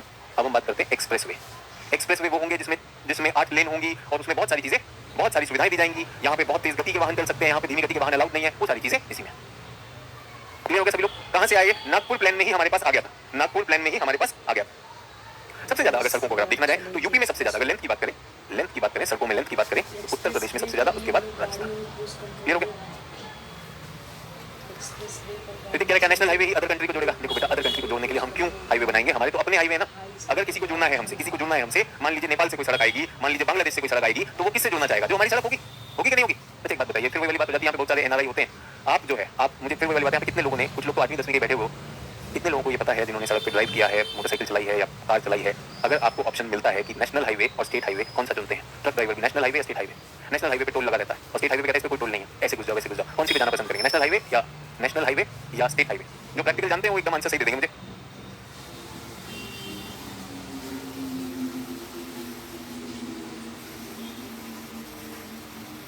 National highway. जो नहीं जानते वो स्टेट हाईवे लिखेंगे, मूर्ख हैं वो। आपको पता है भारत के पूरे रेलवे नेटवर्क में और पूरे रोडवे नेटवर्क में कितना है? केवल 2% सड़कें हमारी नेशनल हाईवे हैं। केवल 2% सड़कें नेशनल हाईवे हैं, ओनली 2%। और इनके पता है वेट कितना ले जाती हैं? 40 से 45% यातायात परिवहन ये करती हैं। क्यों? क्योंकि इनकी गुणवत्ता है। वो कभी गया नहीं है, वो जो यहाँ पर स्टेट लिख रहे हैं, उन्होंने कभी ट्रैवल नहीं किया। जो राज्य स्तर के जो हाईवे हैं उनकी जो गुणवत्ता होती है, सड़क बनाई जाती है, सड़क प्रॉपर होती है, सड़क पे ट्रैफिक मैनेजमेंट होता है। राज्य स्तरीय जो राज्य के जो ये है ना, स्टेट पब्लिक वर्क्स डिपार्टमेंट, एक बार ट्रांसपेरेंसी इंटरनेशनल ने पता किया था, सबसे बेस्ट डिपार्टमेंट कौन से हैं? सड़क होगी नहीं होगी इसका भी भरोसा नहीं है भाई। सड़क होगी भी वहां पर, नहीं होगी उसका भी भरोसा नहीं। एक ही लेन होगी, यहाँ पर सारी चीजें होंगी। अब यही बात हो रही है कि भूगोल में मैं आपको देश से परिचित करा रहा हूँ। आप बैठे IAS बनना चाहते थे, आपको ये भी नहीं पता है कि स्टेट हाईवे की गुणवत्ता कितनी कम। सर टोल से बचने के लिए, टोल से कौन बचना चाहेगा? टोल से वो बचना चाहेगा जिसके पास ट्रैक्टर होगी, जिसके पास कोई बुग्गी ट्रॉली होगी, ठीक है, वो बचना चाहेगा। लेकिन जिसको अपना माल पंजाब से लेकर कर्नाटक तक भेजना है, वो स्टेट में फंसना चाहेगा? तो भाई जो टोल है वो तो टोल ही तो लगेगा। तो ग्रामीण सड़कें तो कई कागजों में है, तो सोच के देखिएगा। बट फिर बात वही ना, यहाँ पर हमारे पास इतने सारे बालक हैं। ये आपके सामने बच्चों, ये भारत की रोडवेज 2021 का डेटा है, 2021 का डेटा है। नेशनल हाईवे केवल 2% है, 2%। वो जो कोई गांव की बात कर रहा था ना, पूरी सड़कों का 2% नेशनल हाईवे, पूरी सड़कों का 3% स्टेट हाईवे। तो असल कितनी सड़कें भारत में? 95% सड़कें कौन सी है? ग्रामीण सड़कें, अदर है डिस्ट्रिक्ट या रूरल विलेज सड़कें। सोच के देखिएगा। सर हम इंजीनियर हैं, हमने काम किया, आप सही कह रहे हैं। अरे आपको इंजीनियर होने की जरूरत नहीं है, आप देश के नागरिक हैं, देश की सड़कों का भोग कर रहे हैं, आपको पता है कौन सी सड़कें कहां पर चल रही हैं, कौन सी कैसी चल रही हैं। सर लोकल ट्रैवल के लिए स्टेट हाईवे यूज करते हैं, बट लॉन्ग रूट के लिए नेशनल हाईवे। बिल्कुल सही कह रहे हैं सौरभ गिरी जी। जो वहाँ के स्थानीय लोग हैं, ताकि उनको टोल ना देना हो, और उनको थोड़ी ना पूरे दिन में जो है 2 राज्य कवर करने, वो वहीं पर छोटी सड़कें करेंगे। गांव वाले को अभी बात बताओ, गांव वाले पे अगर मैं टोल लगाऊंगा, ये महंगी सड़क होती है भाई, इस पे टोल देना पड़ता है कि नहीं? इसकी देखरेख की जाती है कि नहीं की जाती है? और गांव में अगर टोल लगा दिया तो दिक्कत हो जाएगी और सड़क बनानी पड़ेगी। गांव में कितनी सड़कें होती है, बरसात में गांव की सड़कें बंद हो जाती है कि नहीं? तो सड़क कैसे बंद होगी? जब सबसे ज्यादा पानी भर गया, तुमको पता ही नहीं सड़क कहाँ है, खेत कहाँ है, तो खत्म हो गई कि नहीं सड़क? और उसमें अभी किसी ने लिखा था, सर गांव में तो सड़कें पक्की होती हैं। कहाँ से आते हैं यार ये लोग एनआरआई? सीधा ब्रिटेन से आते हैं क्या ये लोग? फिर आईएएस की तैयारी करने कैसे आ गए कि भारत के गांव में तो पक्की सड़क होती है? सर हम भी इंजीनियर, हम भी जानते हैं, अरे सभी लोग जानते हैं यार, मतलब आते कहाँ से ये थोड़ा पता चले मुझे। इस भारत के गांव में भैया 95% सड़कें यही हैं। जो आप नितिन गडकरी जी को सुनते हैं, उन्होंने करामात कहाँ किया है? इसमें कुछ राज्यों में आप देखेंगे, महाराष्ट्र में जहाँ पे विकास हुआ है, उन राज्यों में स्टेट गवर्नमेंट ने भी किया। और जहाँ पे भ्रष्टाचार ज्यादा है, वहाँ पे तो भैया सड़क का टेंडर निकलना चाहिए, पैसा ही पैसा होगा, पैसा ही पैसा होगा। और ये लोग जो लोग ये मानते हैं कि भारत के गाँव में तो सड़कें पक्की है, अत्यंत सुंदर। कहाँ से भाई? सड़कों को देखिए, सड़क बनाने के लिए गाँव में कहाँ से इतना कंक्रीट, इतना कोल्टार, इतना सीमेंट और इतना जो है बजरी लेकर आओगे? वो सड़क वहीं के लोकल मटेरियल से होती है कि नहीं होती है? वो वही मिट्टी वाली होती है, ऑल वेदर रोड नहीं है भाई। और पंचायत के कार्यों में होती है, महात्मा गांधी नरेगा में वो काम दिए जाते हैं लोगों को, ये सड़क बनाइए, महात्मा गांधी नरेगा के अंदर बनाइए, बिल्कुल बनाइए। वो सड़कें अक्सर जो है पानी में बरसात में मुश्किल हो जाती है। बट एनआरआई अब ये क्या करेगा? सर ये समझ नहीं आया, तू कौन कह रहा है? पहले देखते समझ आ जाएगा। सर मैंने गाँव में देखा, पता नहीं, मैंने तो कहा कुछ लोग आते हैं भैया, मतलब देश से है ही नहीं, तो मैं भी हिल जाता हूँ। फिर मुझे याद आता है, अरे ये सब तो घर बैठे बैठे आइए हो गए, ये क्लास खत्म होगी, उसके बाद सीधा जो है रील देखना शुरू करें। बहुत मजा है, ये सचिन सर भी करा दी, ये भी सचिन सर मजा नहीं आ रहा सर डिक्टेशन कराइए। आरसीसी रोड होती है सर गाँव में। देखिए भाई, हर एक गाँव की एक आर्थिक स्थिति होती है या नहीं होती? कुछ गाँव में अगर चीजें समृद्ध होंगी तो क्या गाँव की पंचायत वहाँ की बेहतर सड़कों का प्रबंधन कर सकती है कि नहीं कर सकती है? कर सकती है कि नहीं कर सकती है? कर सकती है। क्या केंद्र सरकार उसमें मदद करेगी? करेगी या नहीं करेगी? हाँ या ना? बिल्कुल करेगी। तो यहीं पर देख लेते हैं, कोई कह रहा है सर आप गलत कह रहे हैं, अरुण शर्मा कह रहे हैं विलेज में पक्की रोड है राजस्थान में। बच्चे यहाँ पे बिहार का है, कोई बताएगा? बिहार के छात्र क्या आपके गाँव में क्या पक्की सड़कें हैं? बिहार के छात्र क्या गाँव में सब जगह पक्की सड़कें हैं? तो मेरे गाँव में बारिश में दूसरी लंबी रोड से जाना पड़ता है। मनका ठाकुर कहाँ से? मनका ठाकुर कहाँ से हैं? तो वो जो राजस्थान वाले भैया हैं, अब वो कहें कि सर आप गलत हैं, तो क्या कोई गलत सही हो सकता है इसमें? क्या हम ऐसी मूर्खता करेंगे? क्या हम कोई नेता हैं जो ये बताएंगे सही है गलत है? हो सकता है आपका नेता कोई आपका जवाब हो, जो सच्चाई है वो सच्चाई है। फिर से कहना चाहता हूँ, सड़क किस पे डिपेंड करती है? सड़क डिपेंड करती है आपका गाँव कितना बेहतर कर रहा है कि नहीं कर रहा है ना? दूसरी बात, केंद्र सरकार मदद करना चाहती है क्या? हमने यहाँ पर लिखा कौन पैसा देता है? अगर आपकी पंचायत, अगर आपका सरपंच, अगर आपकी ग्राम परिषद, अगर आपकी जिला परिषद में समन्वय है, तो क्या केंद्र सरकार पैसा देती है? क्या बन सकती है? बिल्कुल बन सकती कि नहीं बन सकती? तो क्या मैं ये कहूँगा नहीं सर आपने गलत कहा है, हमारे यहाँ तो पक्की होती है, फिर मैं एनआरआई कहूँगा ऐसे लोगों को? आप सोचिए, एक आईएएस बनेगा तो उसे देश की वास्तविकता पता होनी चाहिए कि नहीं होनी चाहिए? होनी चाहिए कि नहीं होनी चाहिए ना? सर हम राजस्थान से हैं, कहीं तो टूटी कहीं पर कच्ची है, पूरी जगह का पता नहीं, हमारे गाँव में सिटी में तो हालत खराब। ये सच्चाई ये है कि भाई कुछ जगह पर खराब है, कुछ जगह पर वो है खराब। गलत कह रहा है साहब, ये हम तो गलत कह रहे हैं, हमको कोई दिक्कत नहीं, हम तो एक कदम गलत कह रहे हैं, हमको क्या? हम ये बता रहे हैं हमारे अनुभव में अगर आपको नेशनल हाईवे मिलता है तो ले लीजिए। स्टेट हाईवे गुणवत्ता में कम हो जाएगा, डिस्ट्रिक्ट उससे कम हो जाएगी, विलेज रोड और कम हो जाएगी। ये हमारी समझ में, हमारी जान में। बाकी आपकी जान ज्यादा है यार, है ना? और मैंने सुबह भी बताया, अभी भी बता रहा हूँ कि शिक्षा में अभी विज्ञान लेने के लिए थोड़ी सोच चाहिए होती है, लेकिन शिक्षा को हमने क्या बना दिया है? शिक्षा को बना दिया मास्टर जी पैसा दिया, समोसा छान के दे दो, तो वही वाले हैं तो चलता रहेगा, है ना? और एक बात बताइए, गाँव में बहुत ज्यादा कंक्रीट बिछाना चाहिए क्या? हेलो, गाँव में कंक्रीट बिछाना चाहिए क्या? गाँव में जो मवेशी हैं वो कंक्रीट पे चलेंगे तो उनके खुर भी गड़बड़ हो जाएंगे कि नहीं हो जाएंगे? हो जाएंगे। बट आजमगढ़ में नहीं, वही राजस्थान में है, वही पूरे राजस्थान में पक्की सड़कें बहुत चाहिए। हर एक गाँव में सिर्फ पक्की सड़कें हैं, वहाँ पे सिर्फ पक्का मिलता है। मास्टर जी आप मूर्खो, माफी मालिक, हमका माफी दे दो, मुझे बहुत बड़ी गलती हो गई, एकदम सब चमाचाम चल रहा है। चलिए, तो मैं आपको कुछ बताना चाहता हूँ, इन सब खेल में लगे रहेंगे तो लंबा हो जाएगा। तो भारत में जो पहला जब सब कुछ हुआ 1995 में एक परियोजना चलाई गई जिसको कहा गया गोल्डन क्वाड्रिलेटरल परियोजना। ये कई बार पूछा जाता है, इसको बोलते हैं बच्चों स्वर्णिम चतुर्भुज। जिन लोगों के पास एनसीईआरटी है उसमें भी स्वर्णिम चतुर्भुज परियोजना। तो शहरों की भी बहुत छोटी होती है। मैंने आपसे कहा शहर जो भी हो नेशनल हाईवे, तो ये मैं आप लोगों को बताना चाहता हूँ, खासकर जो एनआरआई है ना हमारे, उनके लिए। तो आपको बताना चाहता हूँ, भारत के 1995 में दशा के भारत में यूपीए सरकार की अगर देखा जाए तो नेशनल हाईवे डेवलपमेंट प्रोग्राम हुआ है। इसको एक और चीज कहा जाता है, नेशनल हाईवे डेवलपमेंट प्रोग्राम। इसको एनएचडीपी भी कहा जाता है, और इसके क्रियान्वयन के लिए एनएचएआई बनाया गया था, national highway authority of India. बच्चों कब बनाई गई थी? ये 1995 में बनाई गई थी। इसके लिए बहुत भारी लोन लिया गया, ठीक है, इसके लिए बहुत भारी लोन लिया गया। और भारत ने सड़कों का करना था, तो भारत में सरकार ने पाया कि भारत की सड़कें बहुत खराब है। वो तो राजस्थान की बात नहीं करते, भारत की सड़कें बहुत खराब है। तो सरकार ने कहा काम करते हैं कि भाई जो भारत के 4 बड़े शहर हैं, दिल्ली, मुंबई, कोलकाता और चेन्नई, इनको राष्ट्रीय राजमार्गों से जोड़ दीजिए। इनको क्या कर दीजिए? राष्ट्रीय राजमार्गों से जोड़ दीजिए, ठीक है। इनको राष्ट्रीय राजमार्गों से जोड़ना था और इसको क्या करना था, 4 लेन के होने चाहिए। कई जगह पर आप देखेंगे जो लोग हाईवे पे, फिर वही वाली बात है कि हमारे बच्चे यहाँ पर 8वीं 9वीं 10वीं के भी हैं, जिन्होंने ना कभी अभी लाइसेंस भी नहीं है, बहुत सारी चीजें पता भी नहीं है और अपने घर से बाहर भी निकले, बस ये पता चला है कि एनसीईआरटी पढ़ लो, कोचिंग ज्वाइन कर लो, आईएएस बन जाते हैं, तो उनकी बात नहीं हो रही। भारत में अभी भी रोड में एक्सीडेंट हो जाता है क्योंकि रोड के बीच में डिवाइडर नहीं है, ऐसे और ऐसे। तो भारत के अगर विकास को होना था तो उन्होंने कम से कम 4 लेन तो बने भाई। ये अगर हमारी सड़क है तो इसमें 4 लेन तो बने, तो हमने कहा 4 लेन के नेशनल हाईवे बनेंगे, इनको जोड़ेंगे दिल्ली, मुंबई, कोलकाता और चेन्नई को जोड़ेंगे और ये 5846 किलोमीटर के लिए बात की गई थी। फिर उसके बाद उन्होंने कहा कि जब ये चतुर्भुज खत्म हो जाएगा तो हम क्या करेंगे, दिल्ली को और ऊपर ले जाएंगे और इसको श्रीनगर से जोड़ देंगे, और फिर ये जो है इसको लाकर नीचे दक्षिण में कन्याकुमारी तक ले जाएंगे और यहां पर पश्चिम में गुजरात में पोरबंदर से आएंगे और यहां पर झांसी है, झांसी पे कटेंगे और यहां से आते हुए आसाम के सिलचर में चले जाएंगे। ये तो लाल वाला तो क्या हुआ, चतुर्भुज हुआ। ये जो काले वाला है इसको कहा गया north south east west corridor मतलब गलियारे। ये गलियारे भी बनाएंगे। 1995 में ये हुआ था। फिर से बता रहा हूं कि ये तब हमारी स्थिति इतनी खराब थी 1995 में कि हमने निर्णय लिया कि देश की सड़कें बहुत खराब हैं, कम से कम 4 बड़े शहरों को 4 लेन के हाईवे से तो जोड़ दिया जाए। इसको गोल्डन क्वाड्रिलेटरल कहा गया, आपकी एनसीईआरटी में भी मिल जाए। ठीक है, डन। तो ये हमारा गोल्डन क्वाड्रिलेटरल अब तो पुराना हो गया। अब ये पुराना हो गया तो ये किसने किया, ये हमारी एनडीए सरकार कर रही थी। तो उन्होंने ये सपना देखा। अब आ गई यूपीए सरकार ने कहा कि भाई देखो आपने ये तो कर दिया, ये एनडीए सरकार ने कर दिया था, उन्होंने कहा ये तो कर दिया, लेकिन हमारी कहां पर अभी सड़कें कमजोर रह गई हैं, नेशनल हाईवे तो जुड़ गए, स्टेट हाईवेज को भी जोड़ना है। तो जब नई सरकार आई, जब यूपीए सरकार आई तो यूपीए सरकार ने 2014 के बाद एक नई परियोजना चालू की। क्या परियोजना का नाम है, जल्दी से बताइए। उस परियोजना का नाम क्या है 2014 के बाद जो आई, इसको कहते हैं भारतमाला परियोजना। भारतमाला प्रोजेक्ट, भारतमाला परियोजना। तो पहला क्या था, गोल्डन क्वाड्रिलेटरल। उसमें किसने जोड़ दिया था, हमने नेशनल हाईवे और उसके बाद भारतमाला। एक और रुकेश कुमार जी, लगभग पक्की सड़कें हैं पूरे बिहार में। अच्छा चलिए, बहुत बढ़िया बात है, पूरे बिहार में पक्की सड़कें हैं और बिहार जो है देश में सबसे अग्रणी राज्य, ये भी डाल दो, क्योंकि आपको तो पता है जिसके पास सड़कें और यातायात बेस्ट होता है वो तो देश का सबसे ज्यादा होता है कि नहीं होता है।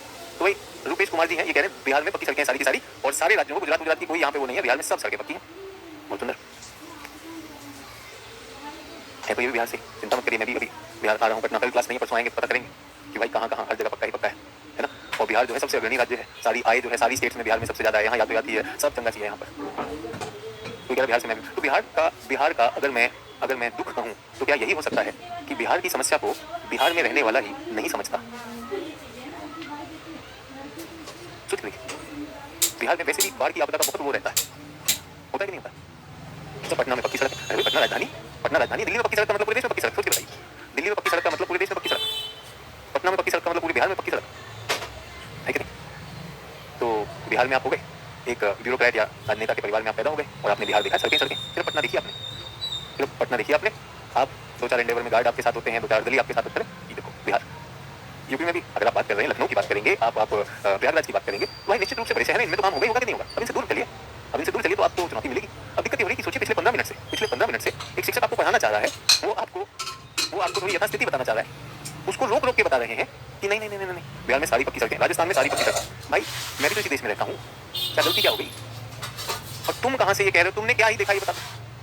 और उम्र में भी ज्यादा हूं, मैंने तो वो भी देखा, बहुत बढ़िया है। तो फिर वही है, सिल्वर स्पून वाले बच्चे हैं ये, सुबह मम्मी जो है रोटी पे मलाई लगा के देती हैं, उठो बाबा, है ना।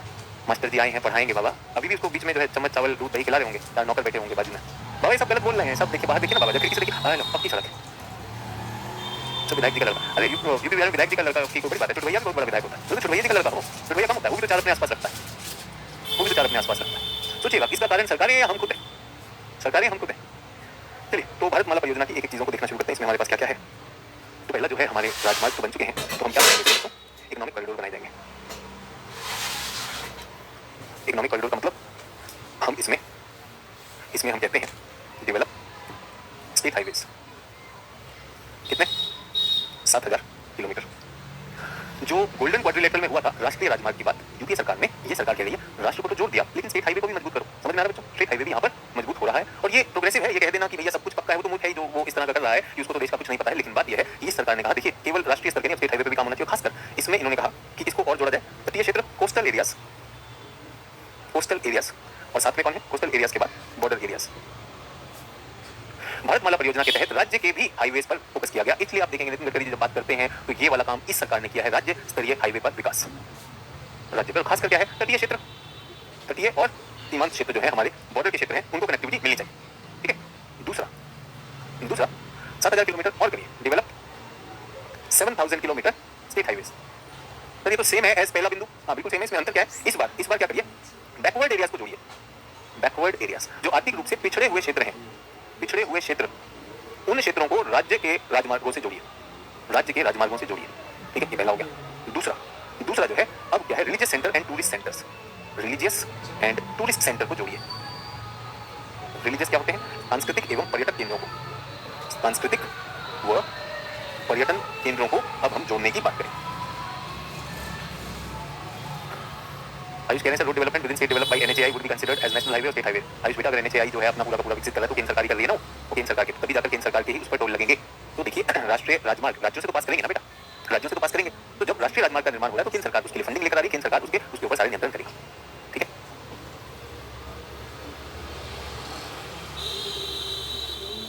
और तीसरा इसका क्या है, सेतु समुद्रम। सेतु क्या होता है, ब्रिज, समुद्रम, सेतु समुद्रम है, इसमें हमने क्या किया है, बल्कि सेतु समुद्रम में सेतु भारतम आएगा, इसमें सेतु भारतम। सेतु भारतम में हम क्या कर रहे हैं, रेलवे ब्रिज और अंडरपास, रेलवे ब्रिज और अंडरपास, रेलवे ब्रिज बनेंगे और अंडरपास बनेंगे ताकि रेलवे और रोडवे का क्रॉसिंग ना हो जिस पर आप दुर्घटनाएं देखते हैं वो। ठीक है, क्लियर हो गया। दीपिका कह रही सेतु भारतम, जी दीपिका मैंने उसे सही कर दिया, सेतु भारतम की बात हो रही है, वो मैंने डाल दिया। और कितने लोगों को शायद कुछ इकोनॉमिक्स में भी बताया गया होगा, तो इकोनॉमिक्स का जो ओवरलैप है उसे मैं हटाना चाहता हूं, उन चीजों को मैं दोबारा दोहराना नहीं चाहता हूं। सर बहुत सर्किट प्लान इसी का एग्जांपल बिल्कुल है, मैंने कहा कि राज्य हाईवेज जो है इनको बढ़ावा दे रही भारतमाला परियोजना, उनको विकास में मदद दी जाएगी और अलग अलग सर्किट देखे जाएंगे। डन।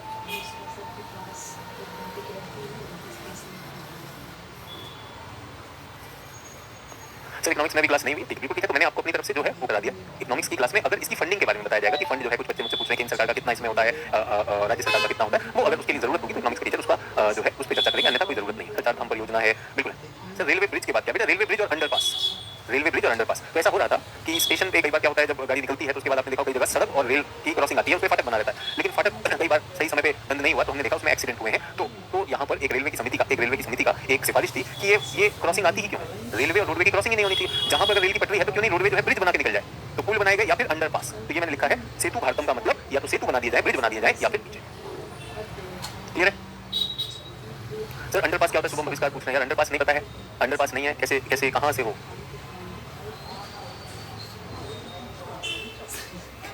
अंडरपास बताया जाए, अंडरपास ये रेलवे की पटरी है, और सोचिए ये लोग कह रहे हैं गांव में तो सर सब सड़क आ गई। अब यहाँ पर क्या होगा कि हम इसके नीचे से एक सुरंग बनेगी और उसके नीचे से रेलवे पटरी के नीचे से सड़क जाएगी।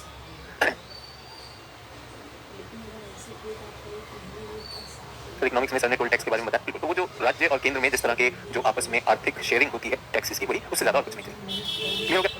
तो अंडरपास में पानी भर, भाई अंडरपास ही नहीं पता है मुझे, भी नहीं समझ में आया छात्र, अब तो इसमें एनआरआई भी नहीं कह सकता मैं। तो बोलेगा पुल क्या होता है, अंडरपास क्या होता है, मैं भी घबरा गया। हरित राजमार्ग नीति, तो बेटा राजमार्ग है, राजमार्गों के आसपास अगर पेड़ लगा दिए जाएं तो उससे क्या होगा, बहुत सारी green house gas, carbon dioxide का अवशोषण होगा। तो आपको एनवायरमेंट क्लास में बताया जाएगा कि ऐसा करके हम जो है कार्बन क्रेडिट अर्जित करते हैं। तो उसका इससे कुछ खास लेना देना नहीं, पर क्योंकि आपने बोला तो मैंने बता दिया कि एनवायरमेंट क्लास में आपको इसको कार्बन क्रेडिट्स के लिए भी बताया जाएगा। हाँ जी, तो ये हो गया, करके खत्म कर देते हैं। सड़कों में बस एक चीज है कि हाईवे का नामकरण कैसे होता है, हाईवे का नामकरण कैसे होता है, तो हाईवे कैसे नाम दिए जाते हैं। तो जब हम पढ़ रहे थे तब हमने हाईवे ऐसे याद किए थे, ये दिल्ली है, ये दिल्ली है। तब लोग एक ब्लैंक शीट लेंगे, दिल्ली, कलकत्ता, कोलकाता, चेन्नई और मुंबई, ये बनाएंगे तो सबको याद हो जाएगा, ये बनाएंगे तो सबको याद हो जाएगा। सर अभिषेक सर ने बताया सर कार्बन क्रेडिट को सर अच्छे से इकोनॉमिक्स में भी हुआ, तो अच्छी बात है ना, तो मैंने लिंक करने की कोशिश की है। सिद्धार्थ कह रहा क्या इसके पहले अंडरपास नहीं होता था यार, सिद्धार्थ कहाँ से हो यार बच्चों, मतलब कैसे सवाल पूछ लेते हैं कि क्या इसके पहले अंडरपास नहीं होता था, कैसे सवाल पूछ लेते हो। मैं तो मतलब घबरा जाता हूँ कि भाई देश से ही है, कहाँ से है, परीक्षा दे रहे हैं, क्या दे रहे हैं, कुछ नहीं पता है, क्यों करना है कोई वो नहीं। क्या कभी रेलवे फाटक देखा है किसी ने, क्या कभी किसी ने रेलवे फाटक देखा है, किसी ने रेलवे फाटक देखा है या नहीं देखा है। फिर बोलेगा सर बिहार में तो सब हो गया, इस तरह का रेलवे फाटक होता है, यहाँ पे रेलवे की पटरी जा रही है, और यहाँ पर सड़क आ रही है, तो सड़क पे जो वाहन है उनको रोकने के लिए फाटक देखा है कि नहीं देखा है? देखा है नहीं देखा है? बताओ यार। मैंने सिर्फ ये कहा कि रेल दुर्घटनाएं हो रही थी फाटक के लिए, फाटक सही टाइम पे बंद नहीं हुआ, बहुत सारी दुर्घटनाएं हो रही थी। रेल सेफ्टी पर एक कमेटी बनाई गई अनिल काकोडकर जी की अध्यक्षता में। उसमें बात हुई कि भाई फाटक पे आदमी नहीं था, ये ड्यूटी पर नहीं था, ये चला गया था, इसलिए फाटक खुला रह गया और एक्सीडेंट हो गया। तो उन्होंने कहा हम 2 लोग और एक्स्ट्रा लगाने वाले, हम लोगों को और लगाएंगे। तो काकोडकर जी ने कहा क्यों लगाना है, फाटक पे और लोग फिर सोते हुए चले जाएंगे, ह्यूमन एरर। क्या हम इसकी फाटक को ही हटा दें, अगर हम यहाँ पर एक पुल बना दें, अगर पुल बना देंगे तो हो जाएगा। और जहां पुल नहीं बन सकता वहां पर एक अंडरपास बना दीजिए। इतनी सी मैंने बात कही थी भाई कि देश में कई फाटक हैं, कई अनमैन्ड फाटक हैं, उन पे दुर्घटना हो जाती है, उसको हटाने के लिए हमने कहा अंडरपास या ब्रिज बना दो। पहला सवाल है अंडरपास क्या होता है, दूसरा सवाल है ब्रिज क्या होता है, तीसरा सवाल आ रहा है एनआरआई वाला, तीसरा क्या इससे पहले ब्रिज नहीं होते थे? अरे भैया ब्रिज था तो फाटक काहे था? इससे पहले सर अंडरपास नहीं होते। अबे सब जगह पे नहीं था, देश तरक्की कर रहा है, धीरे धीरे कर रहा है। पहले क्या किया था, नेशनल हाईवे डेवलपमेंट प्रोग्राम किया था, नेशनल हाईवे पे काम किया था। अब भारतमाला पे काम हो रहा है, तो भाई स्टेट हाईवे पे काम हो रहा है। सर क्या इसके पहले ब्रिज नहीं होते थे? ना अचानक प्रकट हुए ब्रिज, अभी प्रकट हुए, अभी इससे पहले कहाँ यार, सब चौथे। ऐसे सवाल पूछता है ना, मतलब कि भाई साहब आप हिल जाओ। चलिए हाईवे देख रहे कैसे करते। तो बच्चों मध्यकालीन इतिहास में आपने शेरशाह सूरी के बारे में सुना होगा, पर नहीं भी सुना तो बाद में जाए भाई, हम तो ऐसे बच्चों से बात कर रहे हैं, हमारे वो छूट गए हैं कि शेरशाह सूरी। हमको ऐसा लगता है भाई और भी टीचर ने पढ़ाया होगा, ये सब टीचर्स का जो है अपमान भी कर सकते हैं, मूर्ख भी बना सकते हैं, उनका सारा का सारा किया करा हो सकते हैं। मध्यकालीन काल में एक राजा हुआ करते थे, राजा ने सड़क बनाई थी, सड़क का नाम था grand trunk road, GT road. अब तो कहते हुए भी डर लगता है भाई, ये यहाँ पे कलकत्ता ढाका से चलती थी, पाकिस्तान की तरफ जाती थी। जब भारत आजाद हो गया तो भारत ने इसे 2 नेशनल हाईवे बना दिया, नेशनल हाईवे 1 दिल्ली से अमृतसर 1 और दिल्ली से कलकत्ता 2, याद रहेगा 1 और 2 जीटी रोड। अरे कोई शेरशाह कुछ नहीं, मुझे कोई इतिहास नहीं आता भाई, मुझे बात ही नहीं करनी, बस ये लिखवा देना है, काम खत्म करवा दो, काम खत्म करवा दो। जब हम आजाद हुए हमने 2 कर ली, अब इसके आगे का पढ़ना है हमें 3 नंबर, बहुतों को याद नहीं रहते थे। तो 3 नंबर हाईवे कहाँ पर है बच्चों, 3 नंबर हाईवे कहाँ पर है? तो 3 नंबर हाईवे में अगर आप मुंबई की तरफ आ गए तो ये हाईवे कहलाएगा 3, ठीक है? मुंबई की तरफ आ गए, ये दिल्ली से नहीं शुरू होता था, ग्वालियर से, ग्वालियर। तो दिल्ली कलकत्ता 1 2 3 बनाएंगे तो याद रहेगा, हमेशा के लिए याद हो जाए, ठीक है? 1 2 3। अब कहाँ पे जाना है भाई, चेन्नई कोई नहीं है तो चेन्नई आ जाओ, इस हाईवे को करेंगे 4। अब क्या जोड़ना बचा है, जल्दी से देखिए, चेन्नई को कलकत्ता से जोड़ते तो क्या बनेगा, इस हाईवे का नाम क्या होगा, 5। याद रहेंगे 1 2 3 4 5, हमेशा के लिए याद होगा। दिल्ली से शुरू करेंगे गिनती 1 2 3 4 5, 5 हो गए, सभी लोग 5 क्लियर। अब अगर आप यहाँ से कलकत्ता से मुंबई की तरफ आना चाहते हैं बीच में, तो 5 के बाद अब कौन सा आएगा, 6। तो 4 5 6, 6 के बाद भाई अब एक वर्टिकल भी होना चाहिए, लंबवत होना चाहिए। ये कन्याकुमारी तक आता था, यहाँ से वाराणसी से शुरू करता था, ये 7 हो गए, ठीक है? उसके बाद दिल्ली और मुंबई का ट्रैफिक बढ़ा, तो उन्होंने कहा दिल्ली और मुंबई के लिए स्पेशल, यहाँ से जयपुर से होते हुए गुजरात राजस्थान से होते हुए स्पेशल बना दो, 8 नंबर NH8 हो गया। NH8 नाम की फिल्म भी बनी थी कि नहीं बनी थी, NH8। तो ये हो गया 8 हाईवे, याद करना मुश्किल, बहुत आसानी से 1 से 8 हो गए। लेकिन बात ये थी कि हमारे जो हाईवेज के नंबर थे उनमें ना भाई खास ऑर्डर नहीं था, सब रटने पड़ रहे थे, कोई ले नहीं थी, इसलिए इस नंबर सिस्टम को 2010 में चेंज कर दिया गया। 2010 में आया रैशनलाइज्ड सिस्टम। कौन सा है, रैशनलाइज्ड सिस्टम।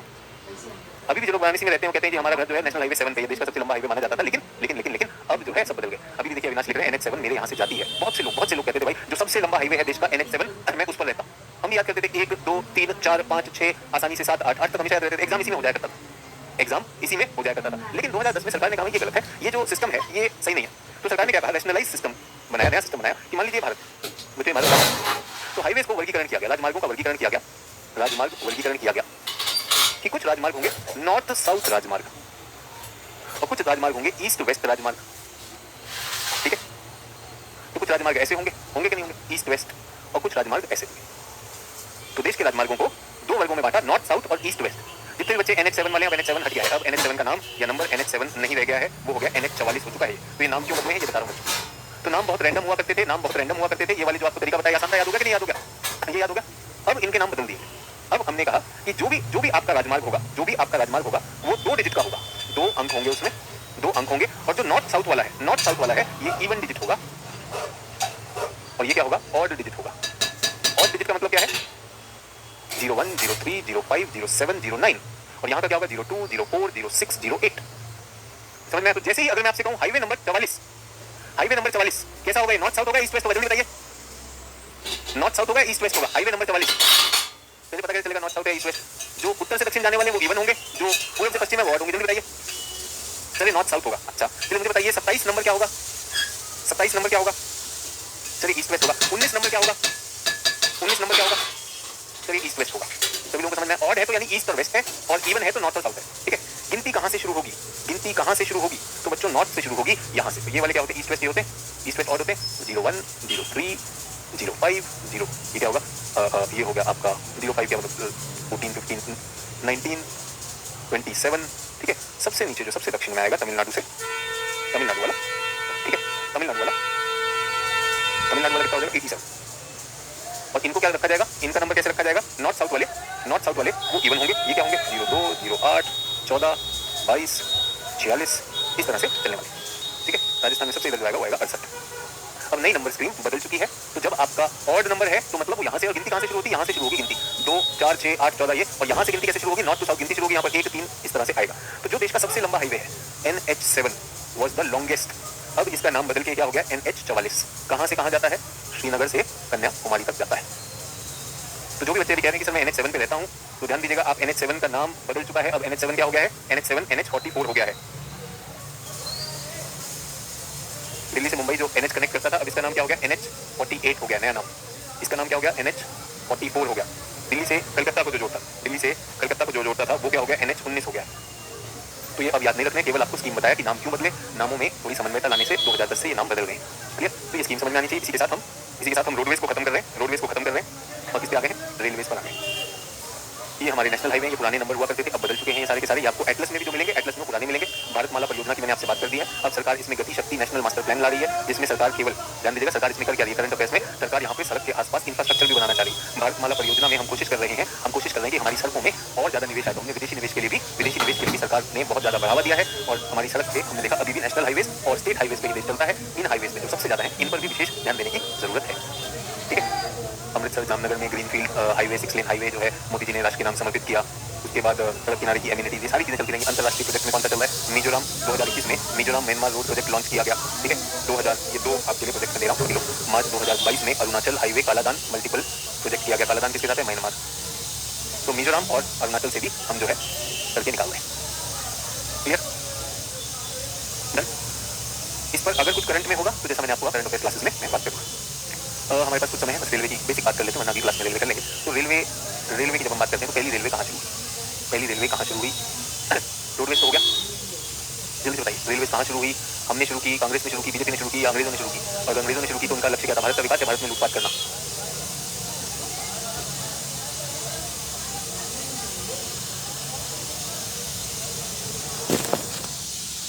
तो मुंबई खाने में सबसे पहले इन्होंने शुरू किया। ठीक है, तो रेलवे की जब हम बात करते हैं तो इसकी शुरुआत निश्चित रूप से ब्रिटिशर्स लेकर आए। ब्रिटिशर्स का मन था कि जहाँ भारत के संसाधनों को ज्यादा से ज्यादा उनका दोहन कर सके, तो इसलिए उन्होंने भारत में रेलवे इंट्रोड्यूस की। लेकिन रेलवे इंट्रोड्यूस होने के बाद भारत ने उसके विकास को करते करते आज भारत की स्थिति यह है कि भारत विश्व में फोर्थ लार्जेस्ट रेलवे नेटवर्क हो गया है। फोर्थ लार्जेस्ट रेलवे नेटवर्क हो गया। सबसे ज्यादा किसका है, यूएसए के बाद रशिया। अब देखेंगे जो देश बड़े हैं, मैंने आपको बताया था लंबी दूरी के लिए रोड अच्छी है या रेलवे, लंबी दूरी के लिए कौन अच्छा है, रोड या रेलवे, रोड नहीं रेलवे। रोड के लिए तो हम घनत्व में ज्यादा, भारत छोटी दूरी के लिए रोड पर ज्यादा है। उसके बाद आता है चाइना, फिर आता है इंडिया। तो फोर्थ लॉन्गेस्ट हो गया, और जल्दी हम चाइना को भी लग जाएंगे, जल्दी हम थर्ड हो जाएंगे। कुछ किताबें तो मेरे ख्याल से बजट में कहीं पर 3 नंबर भी किया गया था, तो 3 नंबर पे बुरा मत मानिएगा, अपने राष्ट्रीय उसको सोच को और बढ़ावा दीजिएगा, खुश हो जाएगा कि हम 3 नंबर पर हैं। तो ये हमारा कुछ नेटवर्क है, लगभग 68,000 किलोमीटर का। शुरू ये निश्चित रूप से 1853 में हुआ था, मुंबई से थाने, ये हमारी पहली जो रेलवे लाइन चली थी। रेलवे जो है भारत की अर्थव्यवस्था के लिए बहुत ज्यादा अहम है। चौथा लार्जेस्ट हमारा रेलवे का सिस्टम हो चुका है। ठीक है, और बहुत जगह पर आप देखेंगे कार निर्माण, जो कारें आती हैं वो ट्रेन में आ जाती हैं, कारों को अगर उनका वो ट्रांसपोर्ट होना है, शहर के क्षेत्रों में मेट्रो आ गई है, वहाँ बहुत इंपॉर्टेंट हो जाता है। और आगे देखा जाता है कि रेलवे का शेयर हर चीज में बढ़ता चला जाएगा। पहली 3 लाइन आपको बताना चाहता हूँ, कि जो सबसे पहली ईस्ट इंडिया कंपनी ने बनाई वो बॉम्बे टू थाने था 1853, मद्रास टू अराकोनम था, और कलकत्ता टू रानीगंज था। ये पहले 3 है। रानीगंज आप जानते हैं कोयला था, तो कोयला, अराकोनम मद्रास के क्षेत्र में, दोहन और मुंबई के क्षेत्र में, सिर्फ जो उनके 3 प्रेसिडेंसी थे वहीं पर उन्होंने छोटी रेलवे की गई। ठीक है, और ये जो मोमेंटम आया लॉर्ड डलहौजी के टाइम पे आया, तो इतिहास में आपको पहले भी बता दिया गया होगा कि ये ब्रिटिशर्स ने किया। अच्छा, ब्रिटिशर्स के बाद ये जो हमारे प्रिंसली स्टेट्स थे, जो हमारे पास अपने राज्य हुआ करते थे, जो प्रिंसली स्टेट थे, उन राज्यों की भी अपनी रेलवे हुआ करती थी, राजा महाराजा की पर्सनल रेलवे उनके पास होती थी, कुछ ब्रिटिशर्स ने रखी थी। और उसके बाद भारत सरकार ने आकर अपना उपक्रम फिर से शुरू किया। तो हमें कहाँ से मिला, हमें गोरों से भी मिला, कुछ प्रिंसली स्टेट्स ने अपनी प्राइवेट कंपनियां चला रखी थी, और उसके बाद हमें ये मिला। तो ये हमारे उस समय की रेलवे थी। तो कहाँ पर देखिए काम कर रही है, ये हो गया कलकत्ता, देखिए छोटा नागपुर से दोहन कर रहा है, सिर्फ यहीं का होगा। ये मुंबई है, यहाँ से दोहन हो रहा है। ठीक है, ये इधर का, और ये मद्रास। बस इतना। इस सबको उन्हें कोई मतलब नहीं था कि कहाँ पर रेल जाए, क्यों जाए, उन्हें कोई मतलब नहीं। उन्हें केवल दोहन से मतलब था, किससे मतलब था, दोहन से मतलब था। लेकिन अब हम जानते हैं कि भारत में रेलवे जोन हो गए। रेलवे जोन इस चित्र में कितने दिखा रहा है, इस चित्र में लगभग 17 दिखा रहा है। अब ये 18वां जोन भी है, 18 जोन तक हम इसे मान सकते हैं। तो भारत ने इसका बहुत ज्यादा बृहत विकास किया है। अब हम इसको अगली क्लास में, कल कोई क्लास नहीं, अब मंडे को क्लास होगी, हम रेलवे के बारे में बात करेंगे। रेलवे के बारे में सारी चीजों को समझेंगे, रेलवे, वाटरवे, एयरवे, ये सारी चीजें उसी में चलेगा। ठीक है, संदीप प्रजापति जी, गूगल है आपके पास, गूगल से कर लीजिए। ठीक है, स्टीम इंजन की खोज, स्टीम इंजन कहाँ बना था, ब्रिटेन में बना था, ब्रिटेन में। हाँ जी सर, ज्योग्राफी के वर्ल्ड ज्योग्राफी के रिवीजन में अभी प्रॉब्लम हो रही है, तो करो, समय निकालो। अपने मानचित्र में अगर चीज़ें लिखी होंगी तो झट से हो जाएगा, पीवाईक्यू कर लेंगे और जो क्लासेस हुई हैं उनको एक बार दोहरा लीजिए। ठीक है, तो आज के लिए बस इतना। कल कोई क्लास नहीं है और जो छात्र पटना में है, पटना में जो कार्यशाला होगी वहाँ पे सभी शिक्षक